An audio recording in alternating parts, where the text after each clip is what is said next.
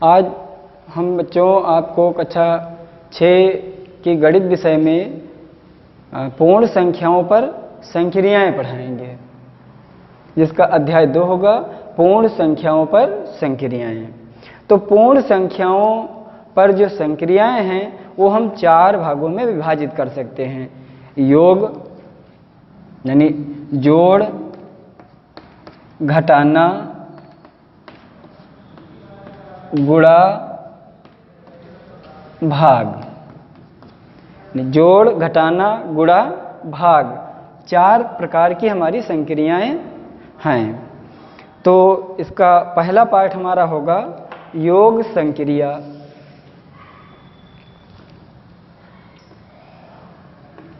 योग संक्रियाओं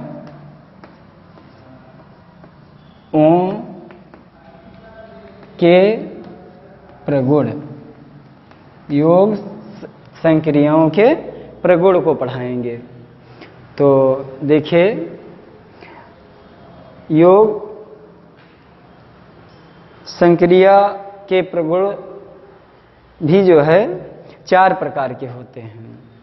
तो सबसे पहला प्रगुण हमारा होगा नंबर 1, योग का समवरक प्रगुण। योग का समवरक प्रगुण। तो पहला हमारा है योग का समवरक प्रगुण। योग यानी कि जोड़ का। तो जब हम किन्हीं 2 पूर्ण संख्याओं को जोड़ते हैं तो उसका जो योगफल प्राप्त होता है वह भी एक पूर्ण संख्या ही होता है। तो देखिए पूर्ण, तो यहाँ पर लिखते हैं हम आपको परिभाषा। जब 2 पूर्ण संख्याओं का योग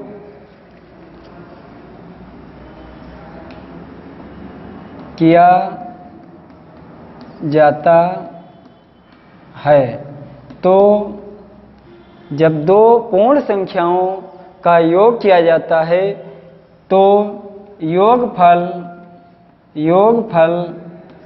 पूर्ण संख्या प्राप्त होता है।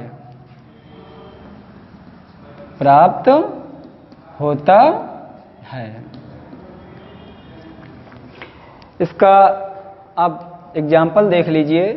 जैसे a + b = c, यानी a और हम b जब जोड़ देंगे तो c प्राप्त होगा। एग्जाम्पल के तौर पर आप देखिए 5 + 6 = 11, 8 + 7 = 15। तो यह योग का समवरक प्रगुण हुआ। अगर इस प्रकार का है तो हम इसे कहते हैं योग का समवरक प्रगुण। फिर आइए देखते हैं दूसरा हमारा प्रगुण।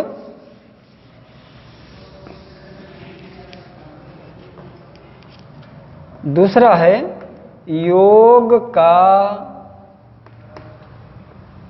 क्रम विनिमय प्रगुण। योग का क्रम विनिमय प्रगुण।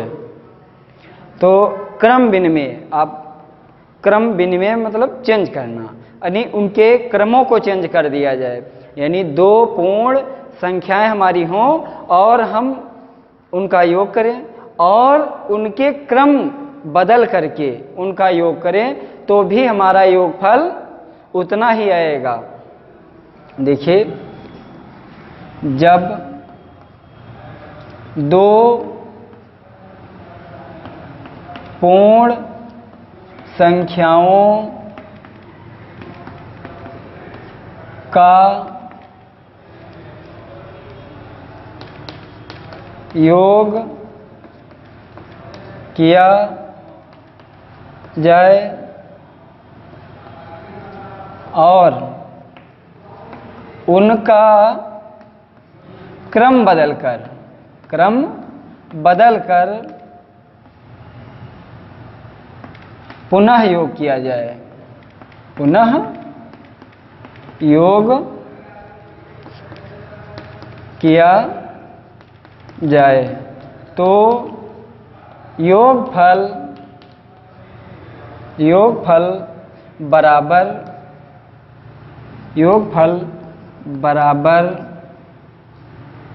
होता है। योगफल बराबर होता है। देखिए, जैसे a प्लस बी बराबर b plus a, b plus a, a plus b अगर हम जोड़ते हैं तो भी योगफल उतना ही आएगा बराबर सी, b प्लस ए अगर जोड़ते हैं तो भी हमारा योगफल उतना ही आएगा। एग्जाम्पल के तौर पर आप देख लीजिए, 5 प्लस 7 बराबर 7 प्लस 5। अब देखा बेटा, 5 प्लस 7 लिखे हैं बराबर 7 प्लस 5, तो यानी हमने क्या किया, क्रम बदल दिया। तो क्रम बदलने पर देखिए बराबर योगफल हमारा 7 5 12 आ गया। तो इस प्रकार से हम लिख सकते हैं 8 प्लस 6 बराबर 6 प्लस 8 बराबर 8 6 14। तो दोनों प्रकार से हमारा योगफल बराबर आएगा। 8 प्लस 6 14, 6 प्लस 8 बराबर 14। तो इस प्रकार यह आपको क्रम विनिमय प्रगुण की जानकारी हुई। इसके बाद आपको पढ़ाते हैं शून्य का योग प्रगुण। शून्य का योग प्रगुण को पढ़िए। तीसरा हमारा होता है शून्य का योग प्रगुण। शून्य का योग प्रगुण, जब शून्य को किसी पूर्ण संख्या में जोड़ा जाता है तो योगफल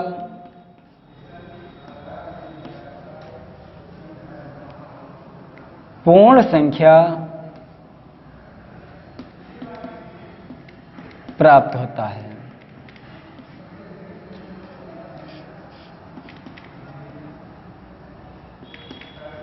तो योगफल पूर्ण संख्या प्राप्त होता है। एग्जाम्पल के तौर पर आप देखिए, 0 प्लस 8, 0 प्लस 8 बराबर 8, 8 प्लस 0 भी बराबर क्या होगा, 8 होगा। तो इस प्रकार की जो हमारी संख्याओं का योग होता है उसे हम कहते हैं शून्य का योग प्रगुण। इस प्रकार की जो संख्याएं होती हैं, योग होता है, उसे हम कहते हैं शून्य का योग प्रगुण।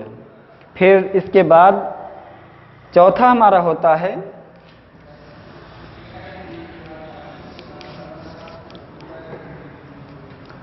चौथा नंबर हमारा है योग का संवरक, योग का साहचर्य प्रगुण। योग का साहचर्य प्रगुण, योग का साहचर्य प्रगुण। जब हमें 3 पूर्ण संख्याओं को जोड़ना होता है तो इसका एक नियम होता है कि हम किसी 3 संख्याओं को एक साथ नहीं जोड़ सकते हैं, तो केवल हम 2 पूर्ण संख्याओं को एक साथ जोड़ सकते हैं। उसके लिए ये होता है कि सबसे पहले हम 2 संख्याओं को जोड़ लें, फिर जो हमारी तीसरी संख्या है उसके योगफल में उस तीसरी संख्या को जोड़ दें। तो इस प्रकार की जो का प्रगुण होता है उसे कहते हैं योग का साहचर्य प्रगुण। योग का साहचर्य प्रगुण कहा जाता है। जब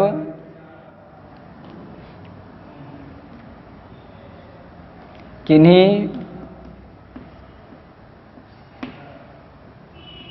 तीन पूर्ण संख्याओं का योग करना होता है तो पहले दो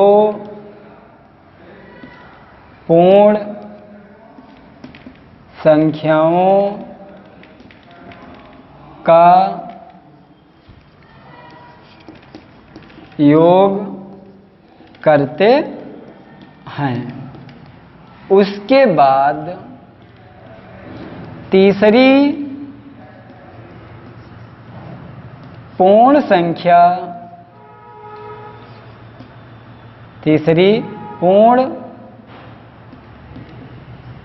संख्या को यानी जब किन्हीं तीन पूर्ण संख्याओं का योग करना होता है तो पहले दो पूर्ण संख्याओं का योग करते हैं।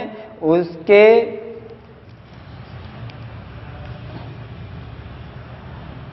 बाद तीसरी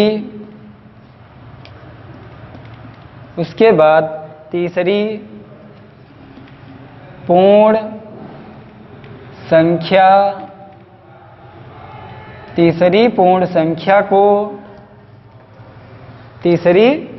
संख्या को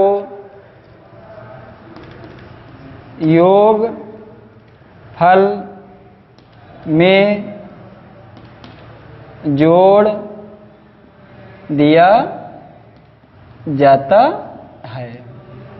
इस प्रकार इस स्थिति में हम कहते हैं कि यह योग का साहचर्य प्रगुण है। इस स्थिति में हम कहते हैं कि यह योग का साहचर्य प्रगुण है।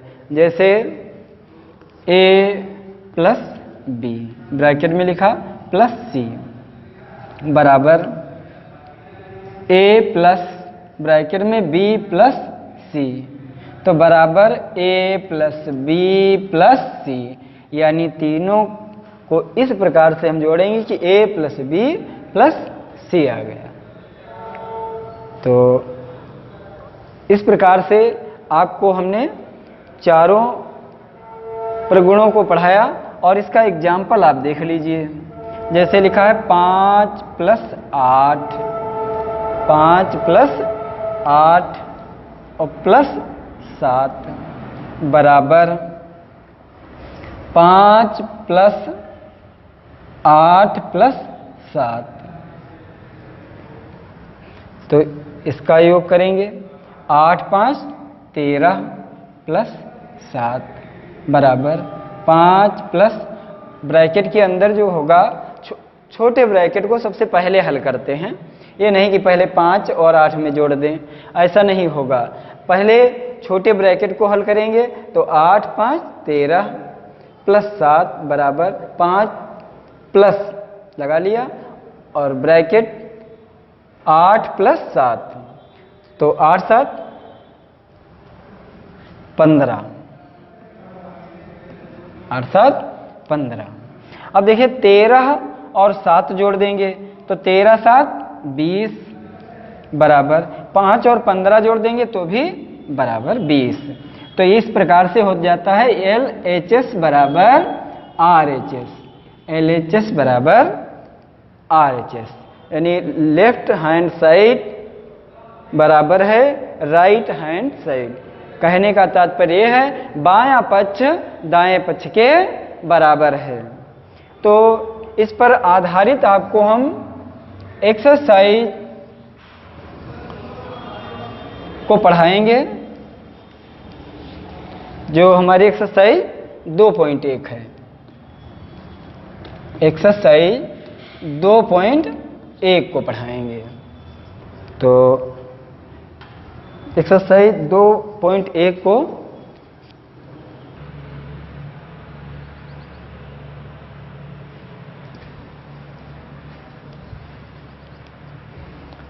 बच्चों पहला सवाल हमारा होगा सत्य और असत्य लिखिए, यानी सत्य और असत्य। जैसा कि इसके पहले हमने पढ़ाया योग संक्रियाओं से संबंधित, उन्हीं परिभाषा को देखते हुए सत्य और असत्य हमें छांटना है, कौन सा सत्य है कथन और कौन सा कथन असत्य है। तो पहला कथन हमारा है दो प्राकृतिक संख्याओं का योग एक पूर्ण संख्या है। तो आप लोगों को पूर्ण संख्या और प्राकृतिक संख्या के बारे में पढ़ाया गया था। सबसे छोटी पूर्ण संख्या 0 और सबसे छोटी प्राकृतिक संख्या 1। तो सभी प्राकृतिक संख्याएं पूर्ण संख्याएं होती हैं, लेकिन सभी पूर्ण संख्याएं प्राकृतिक संख्याएं नहीं होती हैं। तो इसी में देखिए दो प्राकृतिक संख्याओं का योग एक पूर्ण संख्या है। तो दो प्राकृतिक संख्या यानी 1 से लेकर के और अनंत तक अगर हम किसी दो संख्याओं का योग करते हैं तो योग फल जो हमारा प्राप्त होगा वो भी एक पूर्ण संख्या ही प्राप्त होगा। तो इसलिए यह कथन हमारा सत्य है। जैसे देखिए 6 + 8 = 14, 20 + 5 = 25। देखिए हम दो प्राकृतिक संख्याओं को जब जोड़ेंगे आपस में तो उनका जो योगफल प्राप्त होगा वो एक पूर्ण संख्या ही प्राप्त होगा।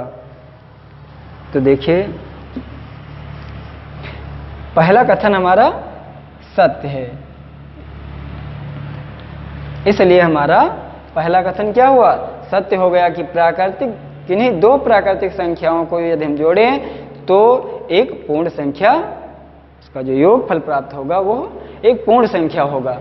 फिर अगला है दूसरा, 3 प्राकृतिक संख्याओं का योग के क्रम पर निर्भर करता है। ऐसा नहीं है, योग के क्रम पर नहीं निर्भर। किसी भी क्रम में अगर हम योग करेंगे तीनों संख्याओं का तो भी उसका योगफल उतना ही आएगा। क्रम बदलने पर योग नहीं बदलेगा। योग संक्रिया में यदि हम किन्हीं संख्याओं का क्रम बदल दें और क्रम बदल कर जोड़ें तो भी योगफल हमारा उतना ही आएगा। चाहे जितनी बार क्रम को बदलिए, जितनी संख्याएं हों उतनी बार बदलिए, लेकिन क्रम बदलने पर योगफल परिवर्तित नहीं होगा। तो इसलिए ये जो कथन हमारा है यह असत्य है। इसलिए ये कथन जो हमारा है वो असत्य है। फिर अगला कथन क्या है, 39 प्लस, देखिए यहाँ पर 39 प्लस छोटा ब्रैकेट 45 + 15 छोटा ब्रैकेट बंद बराबर छोटे ब्रैकेट में 39 + 45, 39 + 45 + 15। तो यदि हम इसका योग करते हैं तो पहले हम 45 15 का योग कर लेंगे, उसके बाद इसके योगफल में 39 जोड़ लेंगे तो योगफल हमें प्राप्त हो जाएगा। उसके बाद आगे जब आते हैं तो 39 और 45 को एक में हम जोड़ेंगे, फिर इसके योगफल में 15 जोड़ लेंगे। तो इस प्रकार से दोनों का योग जो होगा वो हमारा समान होगा, बराबर होगा। तो यह जो कथन है हमारा योग का साहचर्य प्रगुण के आधार पर सत्य है। यानी यह कथन जो हमारा है वह योग का साहचर्य प्रगुण के आधार पर सत्य है। तो इसको सत्य लिखेंगे। फिर 0 + 4 एक पूर्ण संख्या नहीं है। यानी शून्य को हम किसी भी प्राकृतिक संख्या या पूर्ण संख्या में हम जोड़ देते हैं तो भी हमें वो जो योगफल प्राप्त होगा वो पूर्ण संख्या ही होगा। लेकिन कथन हमारा कहता है कि 0 + 4 एक पूर्ण संख्या नहीं है। तो यह कथन गलत है कि अगर 0 में 4 जोड़ेंगे तो जो योगफल प्राप्त होगा वो पूर्ण संख्या ही होगा। जैसे 0 + 4 = 4, 0 + 8 = 8। इसलिए यह कथन हमारा असत्य है। फिर अगला है शून्य पूर्ण संख्याओं तथा प्राकृतिक संख्याओं दोनों के लिए तत्समक अवयव है। तो शून्य जो है पूर्ण संख्याओं के लिए तत्समक अवयव है, लेकिन प्राकृतिक संख्याओं के लिए अवयव नहीं है। यह पूर्ण संख्याओं के लिए अवयव है, क्योंकि सबसे छोटी पूर्ण संख्या हमारी 0 होती है और सबसे छोटी प्राकृतिक संख्या 1 होती है। इसलिए यह कथन भी हमारा असत्य है। फिर दूसरा सवाल है हमारा, निम्न रिक्त स्थानों की पूर्ति कीजिए। यानी सवाल लिखा हुआ है और रिक्त स्थान देखिए, x + y ... लिखा है, फिर +x। देखिए x हमारा यहाँ लिखा है, फिर प्लस का चिन्ह है तो प्लस का चिन्ह तो है, फिर x भी है। तो देखिए यहाँ पर हमारा क्या आएगा, y आएगा। क्रम बदल गया, क्या बदल गया, क्रम बदल गया, तो यहाँ पर लिखेंगे y। तो ये हो जाएगा योग का क्रम विनिमय प्रगुण, योग का क्रम विनिमय प्रगुण। फिर देखिए यहाँ पर दूसरा सवाल है, p + 0, p + 0 बराबर p, p + 0 बराबर p। यह कौन सा प्रगुण है, शून्य का योग प्रगुण। शून्य का योग प्रगुण के आधार पर अगर p में हम 0 ऐड करते हैं, जोड़ते हैं, तो योगफल हमें p ही प्राप्त होगा। जैसे अभी जोड़ रहे थे 0 + 4 = 4, तो यदि हम 8 + 0 = 8, तो इस प्रकार से यह शून्य का योग प्रगुण है। शून्य के योग प्रगुण के आधार पर यदि हम p में 0 को जोड़ेंगे तो p ही प्राप्त होगा। इस प्रकार से आपको तीसरा सवाल पढ़ाते हैं।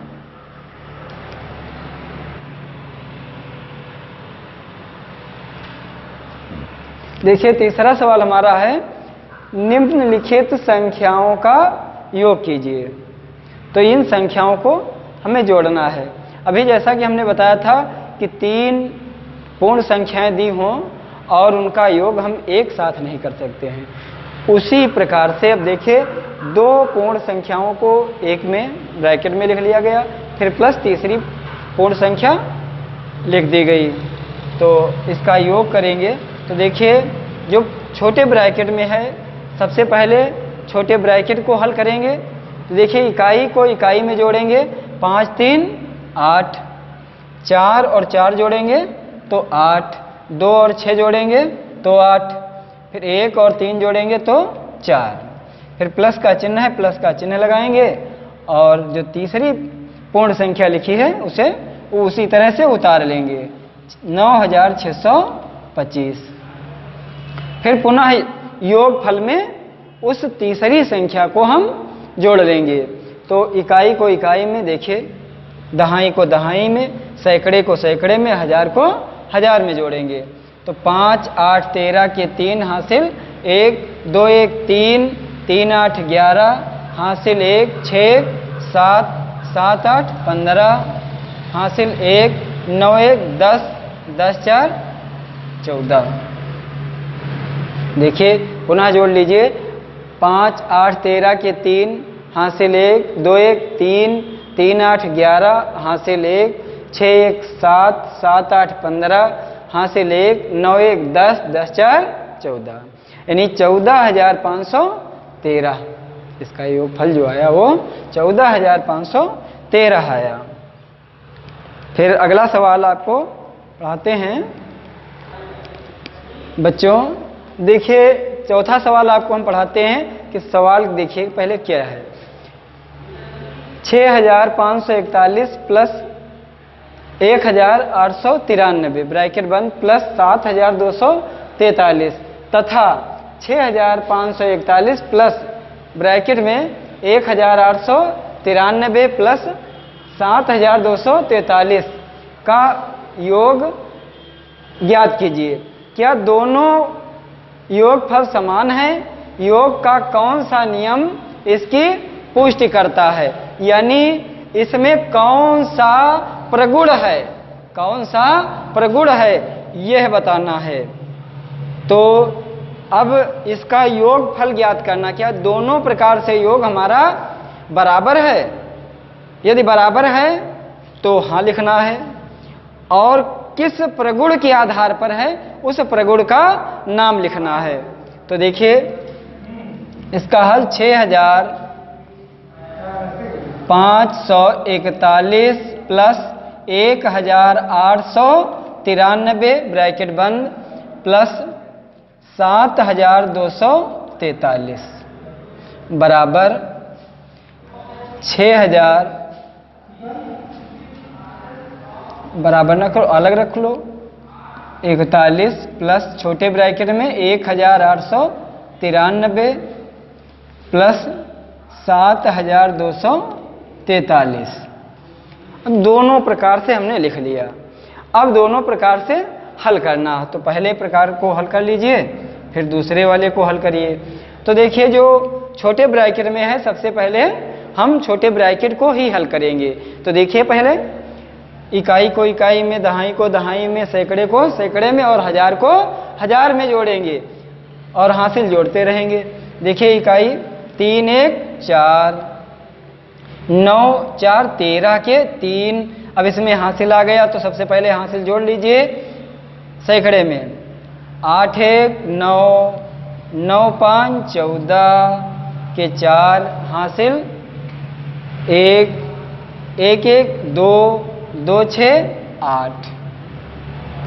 फिर प्लस 7,243 बराबर का निशान लगाएंगे, फिर जोड़ेंगे 3 4 7 4 3 7 2 और 4 6 7 और 8 15।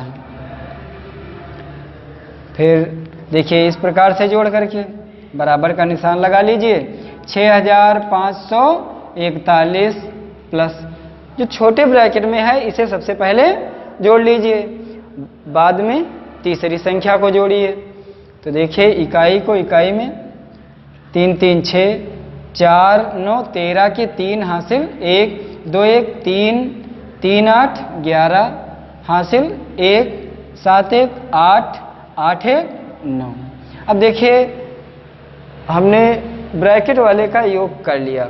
अब इस योगफल में इस संख्या को जोड़ लेंगे। तो देखिए बराबर 6 1 7 3 4 7 1 5 1 6 9 6 15। अब देखिए 15,677, इधर भी हमारा 15,677। दोनों प्रकार से योगफल क्या हो गया? समान हो गया। दोनों प्रकार से हमारा योगफल समान हो गया। जैसा कि प्रश्न में कह रहा है क्या दोनों योगफल समान हैं, तो यहां पर लिख दीजिए हाँ दोनों योगफल समान हैं। दोनों योगफल समान हैं। अब आगे प्रश्न कहता है योग का कौन सा नियम इसकी पुष्टि करता है। तो अब हमें बताना है इसमें कौन सा नियम, कौन सा प्रगुण लागू हुआ है। तो देखिए यहां पर दूसरा आंसर है योग का साहचर्य। योग का साहचर्य प्रगुण, यानी कह रहा योग का कौन सा नियम इसकी पुष्टि करता है। तो यहाँ पर योग का साहचर्य प्रगुण इसकी पुष्टि करता है, पुष्टि करता है, यानी योग का साहचर्य प्रगुण इसकी पुष्टि करता है। इस प्रकार से साहचर्य प्रगुण के आधार पर हमने दोनों प्रकार से योग किया, दोनों का योग समान आया, उसको हमने लिख दिया। हाँ, दोनों योगफल समान हैं। योग का साहचर्य प्रगुण इसकी पुष्टि करता है। फिर आपको हम अगला सवाल पढ़ाएंगे 5 नंबर।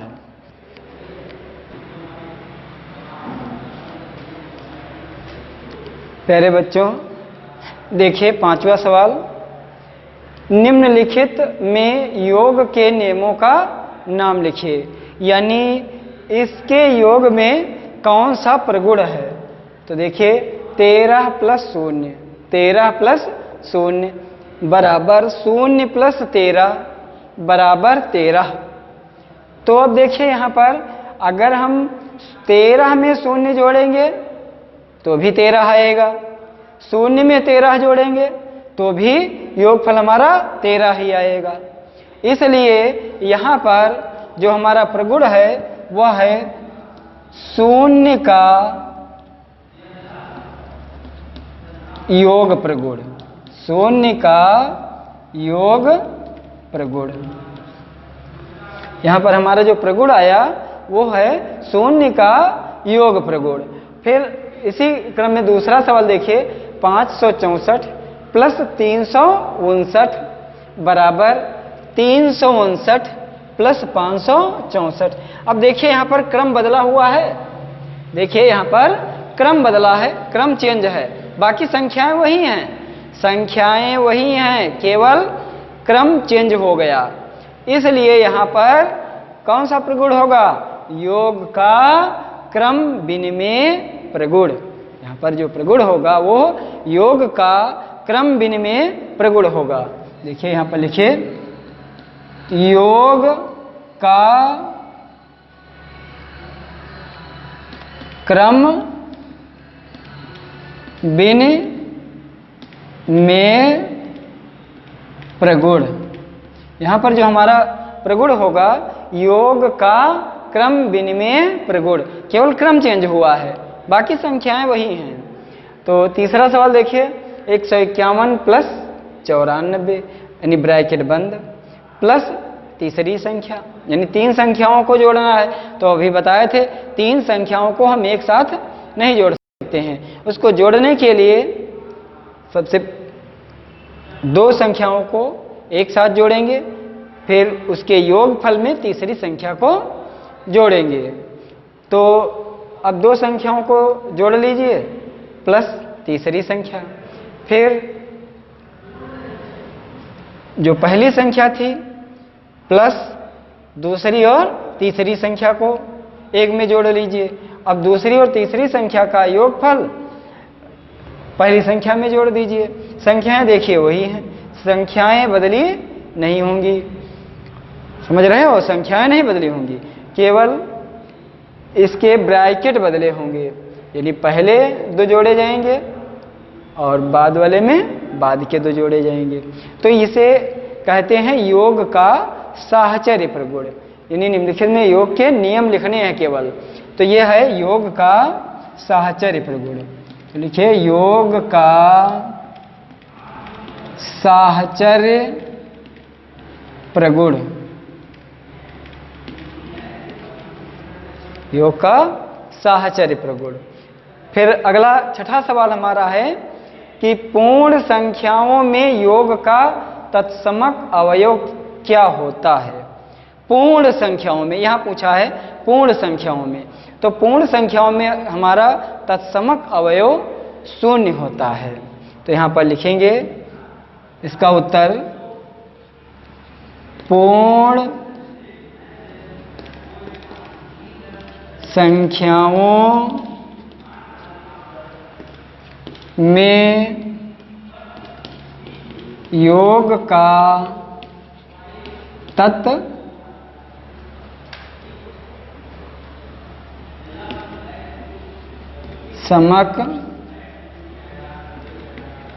अवयव शून्य होता है। पूर्ण संख्याओं में योग का तत्समक अवयव शून्य होता है। इस प्रकार से आपकी यह एक्सरसाइज 2.1 समाप्त होती है और अगली एक्सरसाइज 2.2 को अगले वीडियो में हम पढ़ाएंगे। धन्यवाद।